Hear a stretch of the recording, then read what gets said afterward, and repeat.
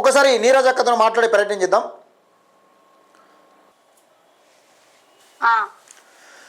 అయితే అక్క, నిన్న మీరు స్పందించిన తీరును నిజంగా చాలా మంచిగా అనిపించింది. కానీ చాలామంది చూసిర్రు, మీరు గట్టిగా అరుచుకున్నట్టు అనిపిస్తుంది. అంటే మీకు ఈ యూట్యూబ్ ఛానల్ని చూస్తే ఏ విధంగా అనిపిస్తుంది? ఒక తెలంగాణ రాజ్యాధికార పార్టీ వర్కింగ్ ప్రెసిడెంట్, మహిళా వర్కింగ్ ప్రెసిడెంట్గా మీరు ఎట్లా అనుకుంటున్నారు? నిజంగా కేవలం నిజంగా తెలంగాణ రాష్ట్రంలో ఇక ఏ పార్టీ లేదు, అధికారంలో తీన్మార్ మల్లన్ననే ఉన్నాడు అనే విధంగా ప్రశ్నించడాన్ని ఏ విధంగా చూస్తారు మీరు?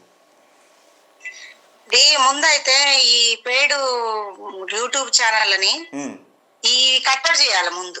ఎందుకంటే అక్కడ అబ్బాయి బీసీ ఉద్యమం కోసమే పోసుకున్నా అని క్లియర్ కట్ గా వీడియోలు. అవును, జస్ట్ ఆ వీడియో ఉన్నది, అన్ని ఛానల్లో కూడా ప్లే అయింది. ఆ వీడియో ఉన్నది.